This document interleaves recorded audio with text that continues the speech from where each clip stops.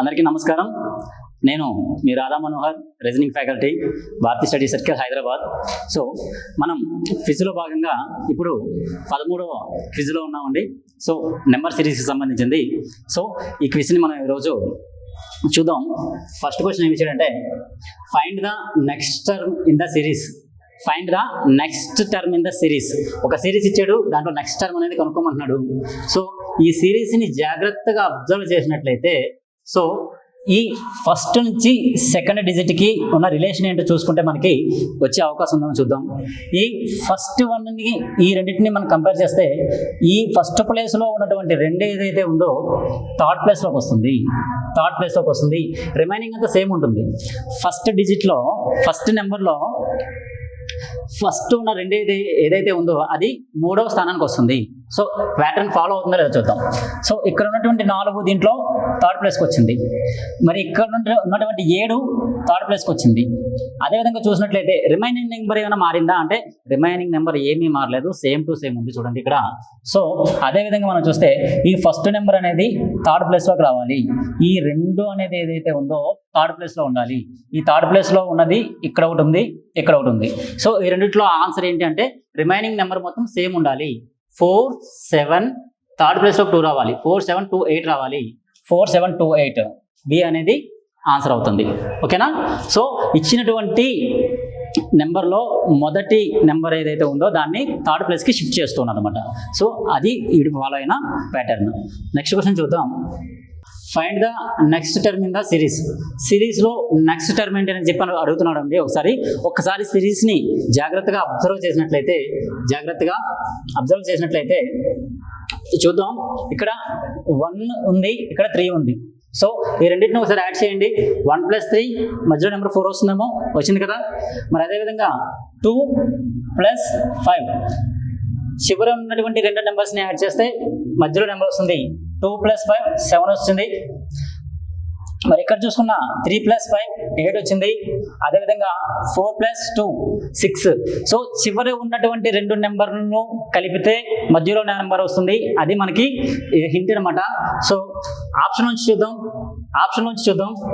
7 + 5 12 వస్తుంది. 7 + 5 ఎంత వస్తుంది?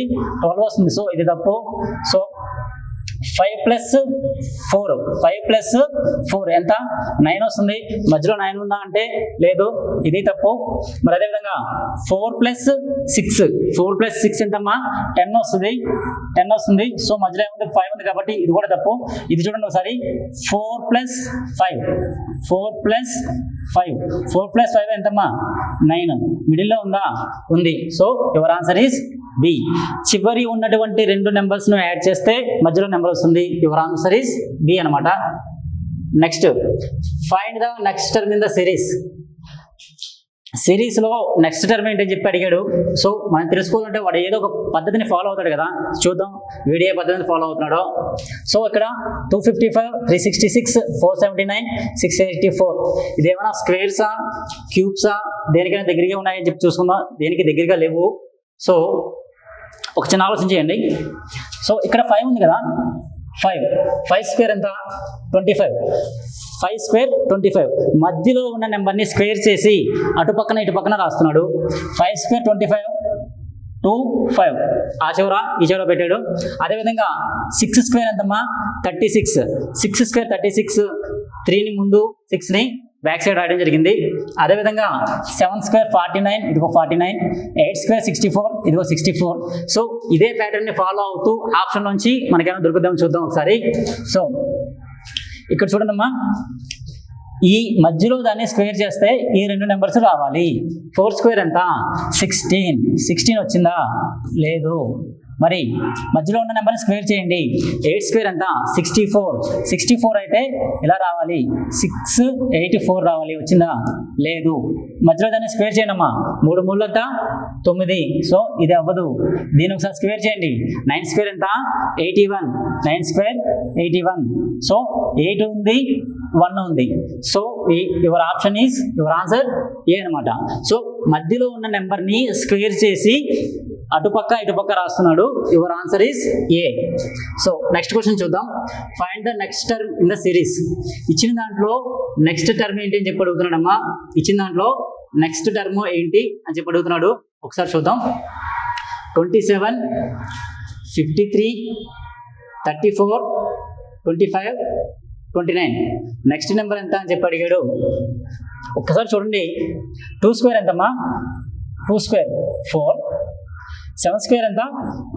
7 స్క్వేర్ 7 49. ఒకసారి ఈ రెండింటిని యాడ్ చేయండి. ఈ రెండింటిని యాడ్ చేస్తే 9 + 4 13. సో ఇక్కడ 1 ఉంటుంది కాబట్టి 53 వచ్చిందా? ఒక్కసారి ఈ నెంబర్లో ఉన్నటువంటి రెండు నెంబర్స్ని స్క్వేర్ చేసి యాడ్ చేస్తున్నాడు. సో నెక్స్ట్ ఒకసారి చూద్దాం ఫాలో అవుతుందో లేదో. 34 చూడమ్మా. 34 3 స్క్వేర్ 9, 4 స్క్వేర్ 16. 3 స్క్వేర్ ఎంత? 3 స్క్వేర్ 9 వస్తుంది. 4 స్క్వేర్ ఎంత వస్తుందంటే 16 వస్తుంది. రెండింటిని యాడ్ చేయండి. సో 25 వచ్చింది. సో ఏం జరుగుతుందంటే ముందు ఉన్నటువంటి నెంబర్ని స్క్వేర్ చేసి యాడ్ చేస్తే తర్వాత నెంబర్ వస్తుంది. సో అదేవిధంగా మనం ఇప్పుడు ముందు ఉన్న నెంబర్ ఏంటి? ఇక్కడ మనం కనుక్కోవాల్సిన నెంబర్ ఇక్కడ ఉంది. ముందు ఉన్న నెంబర్ ఎంత? 29. 2 స్క్వేర్ ఎంత? 4 ప్లస్ 9 స్క్వేర్ ఎంత? 81. సో ఈ రెండింటిని యాడ్ చేస్తే ఎంత వస్తుంది? 85. Your answer is C. ఏం చేస్తున్నాడు? ముందు ఉన్న నెంబర్ని దేనికది స్క్వేర్ చేసి యాడ్ చేస్తే తర్వాత నెంబర్ వస్తుంది అనమాట. Okay, next question.